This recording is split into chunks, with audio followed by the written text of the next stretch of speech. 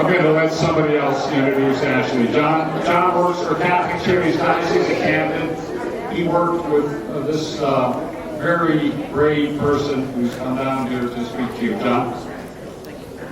Hi, my name is John Seibel. I'm proud to represent Catholic Charities Diocese of Camden. We have a homeless prevention and rapid rehousing program, which has a very successful success rate.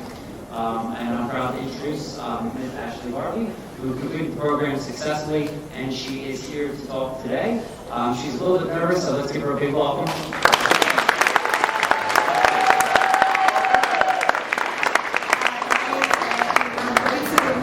I will be 32 in October. I'm a single mother of 2 children. My son is 4, my daughter is 10.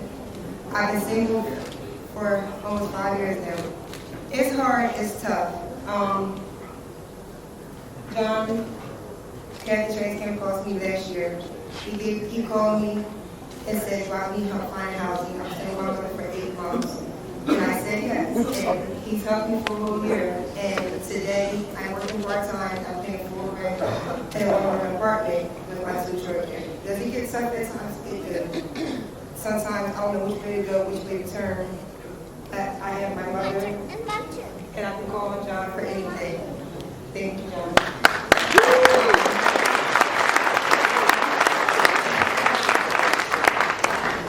One thing though, being a single mother and taking care of 2 children by myself, and I have to work at 6 in the morning, sometimes I feel like suicidal, like going to myself. I think that would be the easier way out, but then I look at my children and say, they need their mom.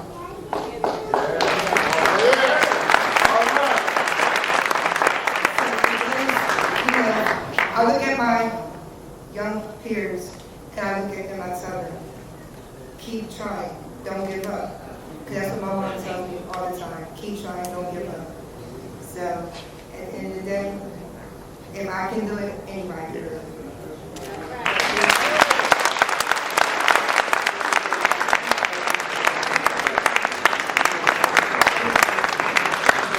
District. One is easy to remember. Number 1, if you have not yet read it, did a nice op-ed in Sunday Star Ledger about the $15 an hour wage and why it needs to be done, and talked about it from a very personal point of view. So I encourage you to read it because he's there leading the fight to help all of us. Congressman Norcross. Thank you. And Leonard, before you go, I heard some nice glowing things that Donald Trump talked about, you signing all these bills. Well, I got one you can sign. How about $15 an hour minimum wage? Hey!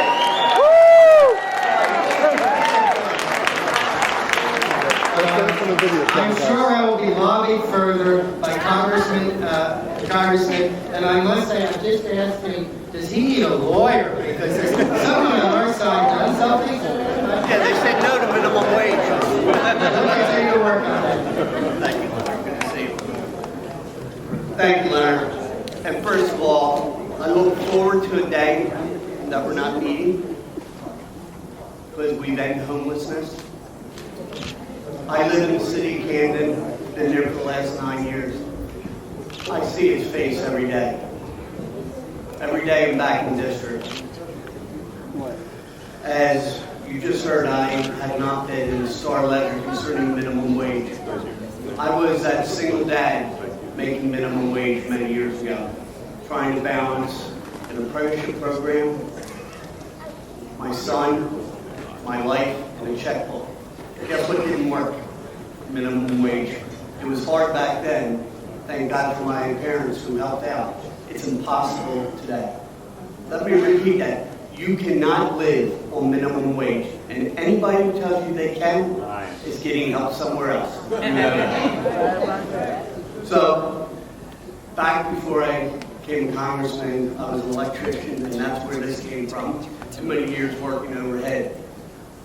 I ran an organization in the city called UOSS. Some of you might know it because it was called First Call for Help. We were that phone number, it's a 501c3 nonprofit, that when you didn't know who to call, you would call our office. And we connected those who needed service with services that were provided, if they were available. If they were available. If they were available. So those who were struggling, and I see the faces of so many in this room, whether it was heating oil, in winter, if you had a place to live, but for those who didn't have a home, we understood their pain simply by looking at their faces. So when we talk about budget cuts, at best, they're terrible. But talk about cutting the budget for homelessness is heartless. Yes. Let me repeat that. It's heartless. Yep. We have quite a bit to do with what they call CDBG. It's a grant that goes to help women. The one we did down in Camden County was called the Senior Safe Home Program.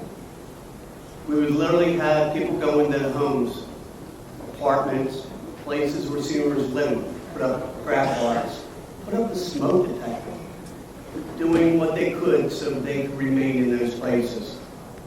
And now, we just had a $13.2 million choice grant for my city that is on the cutting block. That will go directly to help those without homes. We have a pretty good delegation here in New Jersey. Chris Smith is going to talk, Leonard was here. We need everybody in New Jersey to vote against those cuts. I was given a piece of paper as I was walking up here, the impact of cuts.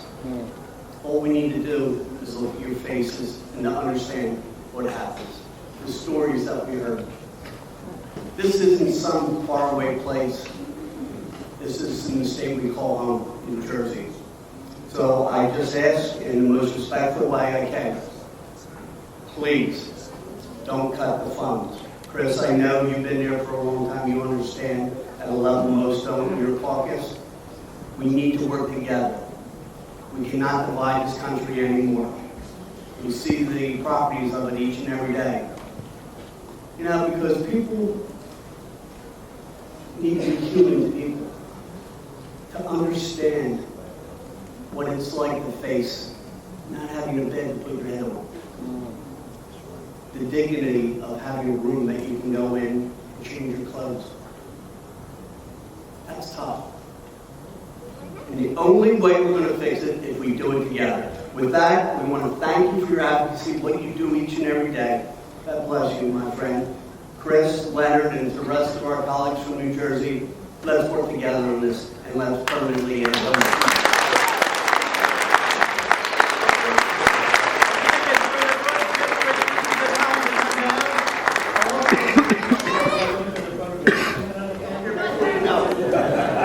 Thank you, Congressman Norcross.